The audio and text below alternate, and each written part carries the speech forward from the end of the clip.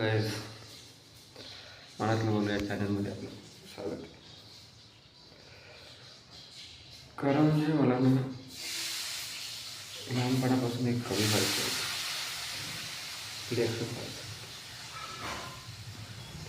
पण काही गोष्टींनी मला ते थांबता आलं. मला चांगल्या दर्जाचा एक चांगलं लिहिणारं कवी व्हायचं होतं.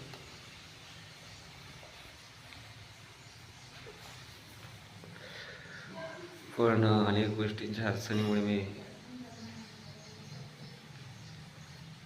बरंच काही करू शकलो नाही. पण मी हारलो नव्हतो आणि हारलोही नाही आणि हारणारही नाही. मी आता पुन्हा लिहिण्याचा प्रयत्न करतोय. मी पुन्हा लिहितोय. मला अजूनही लिहायचंय. हजारो लोक मनातल्या मनात गुदमरत जगतायत. काही लोक दुःख शंडासारखं सहन करतायत. अनेक लोक जातीच्या नावाखाली अनेक लोकांवर अन्याय करतात.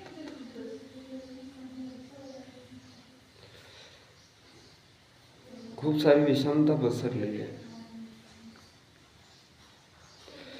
लोकांमध्ये द्वेष, राग, मत्सर फार मोठ्या प्रमाणात तयार झालेले आहेत. एकमेकांबद्दल असणारी आदराची भावना आता हळूहळू लोप पावत चालली. अशात मला लिहायचं आहे. वेगवेगळ्या गोष्टीवर लिहित असतो मी अधून.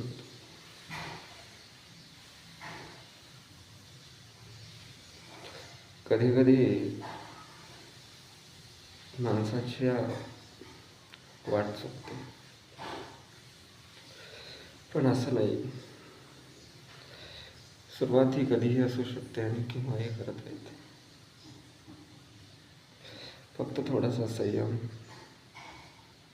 निर्णय चुकतात, चुकू द्या.